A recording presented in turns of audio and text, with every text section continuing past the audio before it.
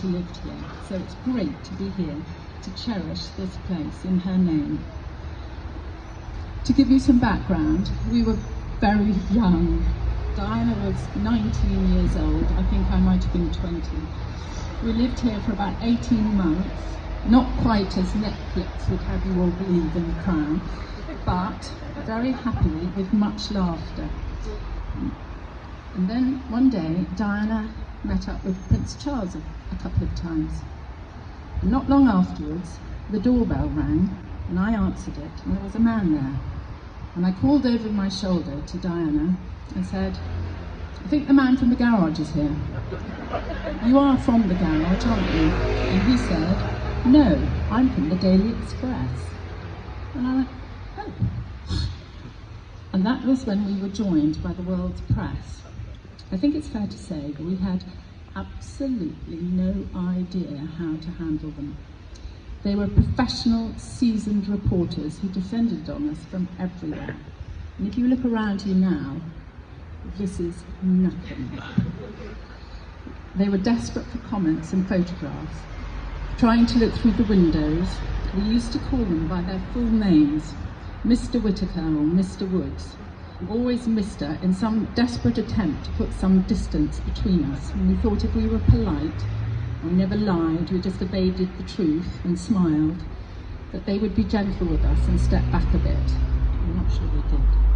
Eventually, we had to close the curtains day and night and push through the crowds to get to work every day, and it was really intimidating.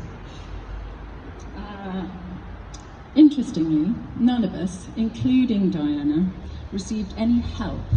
I'm not sure who might have helped us, but there might have been someone, some PR or palace person, I don't know.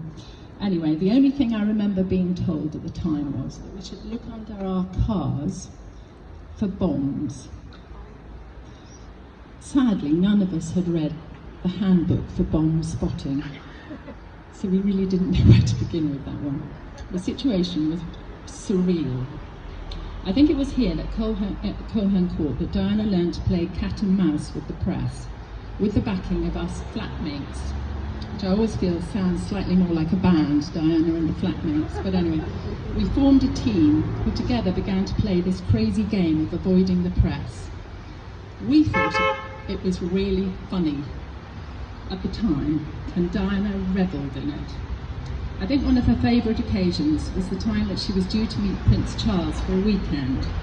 She took her suitcase, and came round the corner here and sat in the car, and all the press jumped into their cars and revved the engines, and then she went, "Oh," in a sort of slightly over-dramatic fashion, as if she'd forgotten something, got out of the car, came back inside, got a second suitcase, came down the stairs and got into a taxi and went in that direction.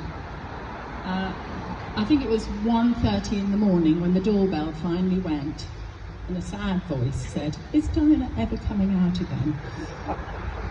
She was thrilled at that success. Anyway, later in life, when she dropped her royal status, it saddened me to realise that she no longer had her friends around her, and the cat and mouse game became very lonely and not quite so funny. Anyway, it's great to be here today. Strangely, I have a clear memory of discussing blue plaques with Diana in her car as we drove around London, and so I know she would be thrilled to have her own, and that's why I'm here. And so now I would very much like to pull the cord.